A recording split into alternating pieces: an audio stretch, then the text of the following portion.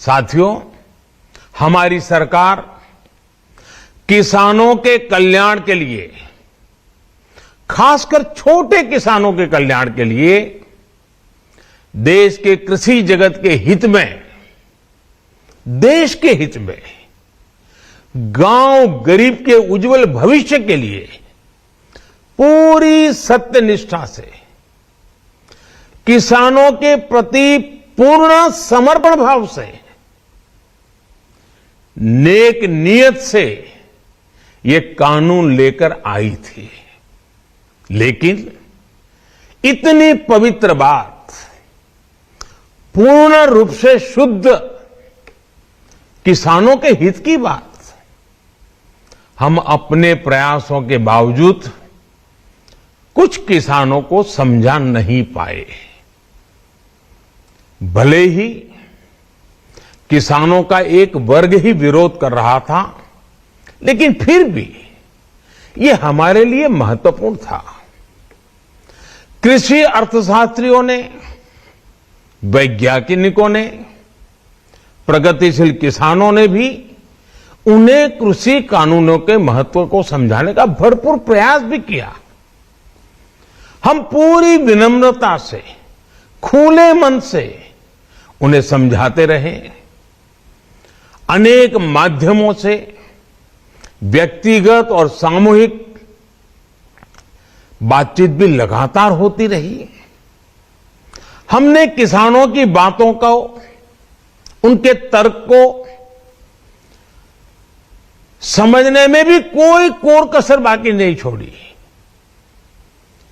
कानून के जिन प्रावधानों पर उन्हें ऐतराज था, सरकार उन्हें बदलने के लिए भी तैयार हो गई। 2 साल तक हमने इन कानूनों को सस्पेंड करने का भी प्रस्ताव दिया। इसी दौरान ये विषय माननीय सर्वोच्च न्यायालय के पास भी चला गया। ये सारी बातें देश के सामने है, इसलिए मैं इनके अधिक विस्तार में नहीं जाऊंगा।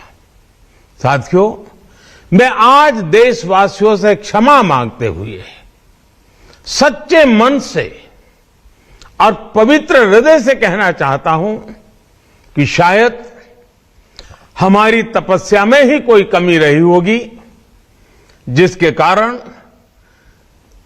दिए के प्रकाश जैसा सत्य कुछ किसान भाइयों को हम समझा नहीं पाए। आज गुरु नानक देव जी का पवित्र प्रकाश पर्व है। ये समय किसी को भी दोष देने का नहीं है।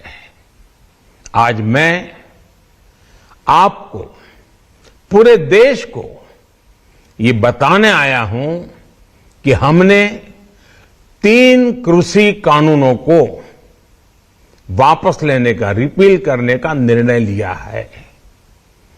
इस महीने के अंत में शुरू होने जा रहे संसद सत्र में, इसी महीने में, हम 3 कृषि कानूनों को रिपील करने की संवैधानिक प्रक्रिया को पूरा कर देंगे।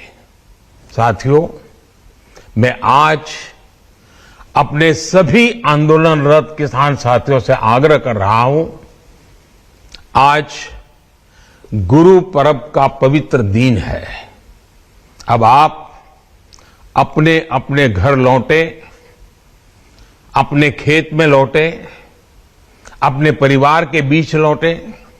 आइए एक नई शुरुआत करते हैं, नए सिरे से आगे बढ़ते हैं। इंडिया टीवी हर वक्त हर जगह डाउनलोड करने के लिए सर्च करें India TV news Google play store या ऐप स्टोर पर।